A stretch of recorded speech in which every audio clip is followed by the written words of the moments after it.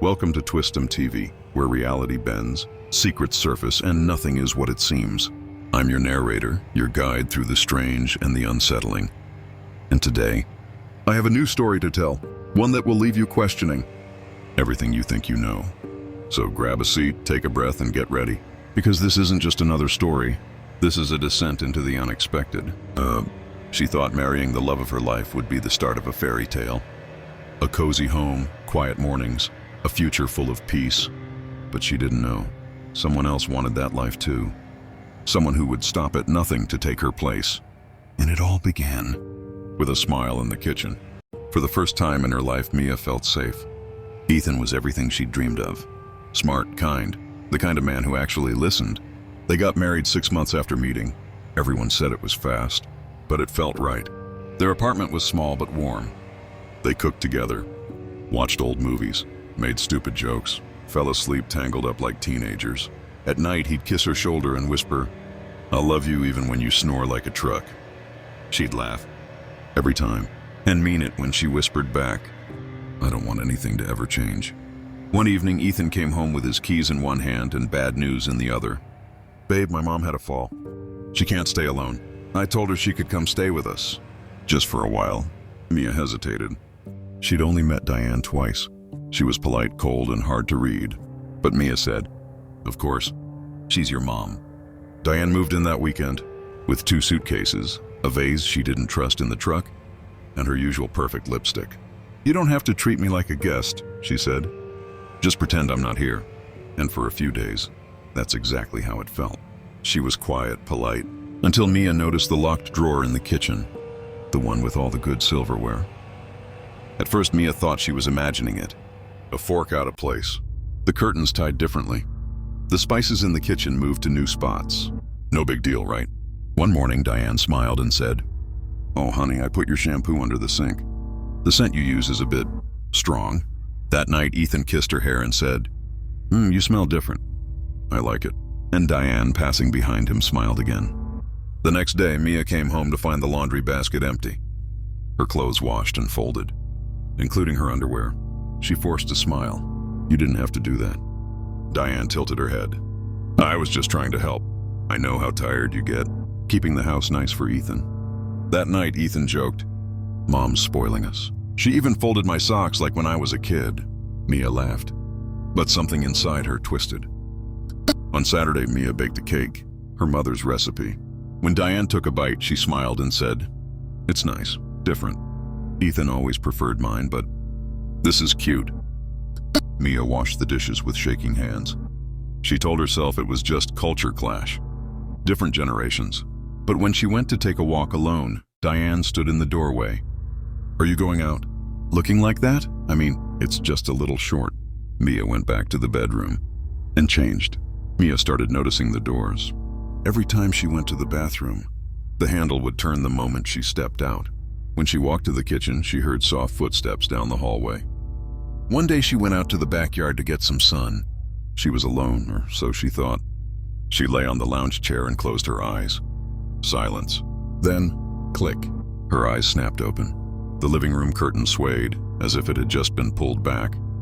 Diane was inside, watching. That night, Mia said casually, "I feel like I have no privacy anymore." Ethan laughed. "She has her own room, Mia. You're just too sensitive." She didn't respond, but she knew Diane didn't need to leave her room to be near. Days later, Mia locked the bathroom door. When she came out, Diane was standing in the hallway, smiling with fake warmth. "You locked the door, dear?" "We've never done that in this house." Mia faked a laugh. "Habit, I guess. Just be careful. Wouldn't want Ethan thinking you've got something to hide." She winked, then walked away. Mia stared at herself in the mirror. She started to wonder if she was overreacting. Maybe it was just stress. But the next morning, when she picked up her phone, an old message from her mom was marked as read, and she was sure she hadn't read it. Hadn't even opened it. Ethan didn't have the password, but who else could have? She turned slowly. On the kitchen counter, Diane's phone was charging. Mia tried to set boundaries. "I'd like to cook dinner sometimes," she told Diane one morning. Diane smiled sweetly. "Oh, honey, I just love taking care of my son. You're so tired lately. Let me help." Help? Mia hadn't cooked in weeks. Diane owned the kitchen. When Mia tried to open the fridge later that day, it was locked. A small silver padlock, as if she were a child. "Oh, it's just temporary," Diane chirped. The door keeps swinging open. "Safety first!" Ethan didn't say a word when Mia mentioned it that night. He just nodded, distracted. Another day, Mia tried to leave the house for a walk. "Where are you going?" Diane asked. "Just outside. I need some air." Diane raised an eyebrow. "In those clothes? You'll catch something. At least take a coat. Or better, stay in today. I made tea." It wasn't a suggestion. Mia sat. She drank. The tea tasted bitter. At night, she clung to Ethan, seeking comfort. His arms felt warm, safe. But during the day, Diane ruled. Mia didn't even realize when she stopped going outside altogether. Until one day, she caught herself whispering in the bathroom mirror, "You're not crazy. You're not crazy. You're not..." Behind her, the hallway creaked. The next morning, Mia reached for the front door. She needed air. She needed to breathe, but the door wouldn't open. She turned the knob harder, pulled, nothing. Then she saw it. A small sliding bolt at the top, new, installed overnight. "Oh, Ethan did that," Diane said, appearing behind her with a smile. "For safety. He worries about break-ins. He didn't say anything to me." "Sweetie, he works so hard." "He probably forgot." Mia stood frozen. She wanted to scream, "I'm not a prisoner!" But instead she nodded. Later that day, she found the bathroom window nailed shut. The nail was fresh, the paint around it still wet. And when she returned to her bedroom, her phone was missing. "You left it charging downstairs," Diane said before she could even ask. "I didn't want it to overheat." That night, Mia tried to talk to Ethan. "Something's wrong." "Your mom, she's just helping," he said. "You've been off lately. Maybe a little rest will help." She stared at him. The man she loved. The man she married. But all she saw now was someone who didn't see her at all. The next morning, Mia came downstairs and noticed her shoes were gone. Every single pair. "I put them away," Diane said casually over breakfast. "It's not like you go anywhere these days, right?" Mia's heart pounded. She walked past Diane, heading to the kitchen, but the fridge was locked. "Yes, locked with a chain and padlock." "You've been eating too much sugar," Diane said sweetly. "I'm only thinking of your health." Mia felt the walls closing in. She turned to Ethan. "Is this okay to you?" "She's trying to help," he said, not meeting her eyes. "Let's not start another argument." Mia swallowed her anger. That night, Diane knocked gently on the bedroom door. "Just wanted to let you know the boiler downstairs is leaking. Could you sleep in the basement tonight? So I can call someone first thing tomorrow?" Ethan turned to Mia. "Would you mind, babe? Just for one night?" She hesitated. Diane was smiling behind him. That smile that never reached her eyes. Mia nodded and went downstairs. The door closed behind her. Click, locked. And from the other side, Diane whispered, "Sweet dreams, dear." The next night, Mia waited until Diane left the kitchen. She could hear the woman upstairs, humming softly. That same melody she always hummed when she was pretending to be sweet. Her stomach growled. She hadn't eaten all day. She grabbed a napkin from the drawer, heart pounding. She had tried talking. She had tried waiting. Now she'd try something else. With trembling hands, she scribbled, "Please help me. I'm not allowed to eat. She watches me. Don't trust her. She folded the note small, tucked it inside Ethan's favorite drink, the one he drinks every night after work. Then she set it carefully in its place on the counter, like nothing had changed. "Hello, my dear," Diane said, suddenly behind her. Mia jumped, nearly knocking over the bottle. "I was just tidying up," she said quickly. Diane's eyes darted to the bottle. She paused just for a second, then smiled. "You're such a good girl," she said, placing a cold hand on Mia's shoulder. That night, Ethan didn't mention the note. Mia waited all night. Nothing. Before sleep, she couldn't take it anymore. "Did you see anything when you had your drink?" she asked casually, while Diane pretended to read the newspaper. He blinked. "What do you mean?" Mia's heart sank. Never mind," she said. From behind the paper, Diane spoke. "I washed the dishes. Everything's clean now." Mia felt cold all over. That morning, Ethan drank his coffee, kissed Mia goodbye, left for work, just like every other weekday. Mia waited by the window, hopeful. Maybe he saw the note. Maybe he was thinking of a way to confront Diane. But as soon as the front door closed, She heard the familiar sound of the locks turning. Click, click. Diane's footsteps followed like clockwork. She walked into the living room holding the rope again. Mia stepped back, pulse racing. "Please, you don't have to." "I told you," Diane said, her tone now stripped of any civility. "We only smile when Ethan's here. Otherwise, you shut your mouth." She yanked Mia by the arm and tied her wrists to the chair. Not tightly enough to bruise this time, just enough to remind her she was trapped. That afternoon, Diane let her go just before Ethan came home. She even helped Mia freshen up, combing her hair, picking out a blouse to hide the marks. Ethan walked in holding a bouquet of flowers. "For my two favorite women," he said with a grin. Mia smiled automatically. Diane beamed. Dinner was roast chicken. A candle flickered on the table. Diane poured wine and laughed at Ethan's jokes. Mia nodded at the right times. When Ethan went to the bathroom, Diane leaned over and whispered, "Say one word tonight and I'll make you regret it." Mia's hand trembled as she reached for her fork. The next morning, Diane stood guard outside the bathroom door. "You get 5 minutes," she said. "Use it well." Inside, Mia brushed her teeth, washed her face, stared at her reflection. Her cheeks looked hollow, her eyes sunken. She didn't recognize herself. When she returned to the bedroom, her notebook was missing. "Where is it?" she asked. "Gone," Diane replied. "I burned it. Didn't like your tone yesterday." Mia's stomach dropped. That notebook had everything. Her thoughts, her fears, her plans, proof. Now nothing. 2 days later, a knock on the door broke the silence. Diane froze, then smiled. "Don't make a sound." Mia stayed hidden at the top of the stairs, holding her breath. "Hello?" a woman's voice said. "I'm looking for Mia Carter. She hasn't been at work." Diane opened the door just a crack. "Oh, Mia's very sick. Poor thing, can't even get out of bed. Some awful flu." "Oh, I see. Will she be okay?" "Of course, just needs rest. I'll let her know you came by." "Okay, please tell her Jill stopped by." "Of course." Door closed. Lock clicked. Diane turned slowly toward the stairs. Mia tried to scramble back, but Diane was faster. "I told you what happens when you don't follow the rules," she said, reaching for Mia's wrist again. That night, Ethan traced a finger down Mia's arm. "You okay?" he asked gently. "You're tense." She wanted to scream, to cry, to tell him. Instead, she smiled. "Just tired. Haven't been sleeping well." He kissed her forehead. "Let's go away this weekend, just us. Get out of this place for a while." Her heart skipped.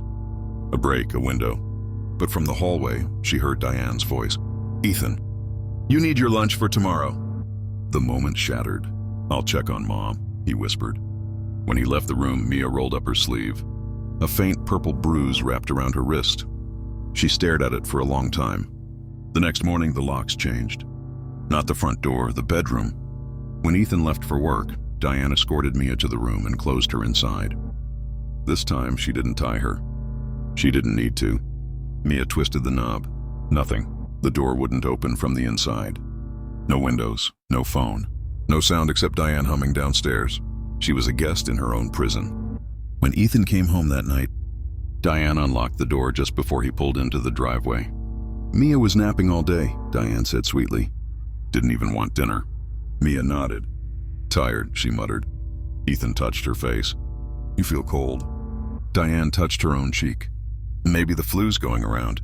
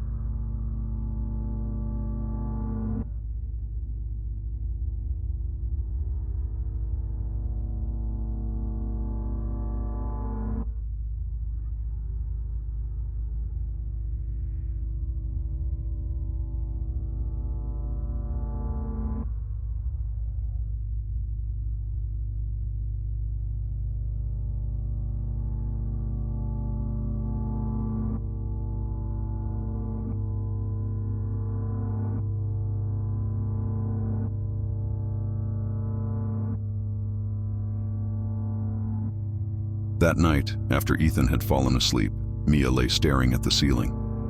She hadn't eaten in 2 days. Her stomach growled so loudly she flinched. From the hallway, the creak of slow footsteps. Then a whisper right outside the bedroom door. "You're ungrateful, you know. He gave you everything, and you try to turn him against me." It was Diane. Mia froze. "I'll make him see," the voice continued. "One day you'll be gone and he won't even miss you." The footsteps faded. Mia barely slept. The next morning, Diane left Mia locked in the bedroom again. But while pacing back and forth, Mia noticed something odd behind the dresser, a gap. Curious, she knelt and reached behind it. Her fingers brushed something smooth. A phone. Old, dusty, and out of battery. But it was a phone. Mia's hands shook as she held it. Hope. She hid it under the mattress. When Diane opened the door hours later, Mia pretended to smile. That night, while Ethan slept, she charged it secretly with a cord she found in a drawer. No SIM card. No internet. But maybe it could record. Maybe she could finally prove the truth.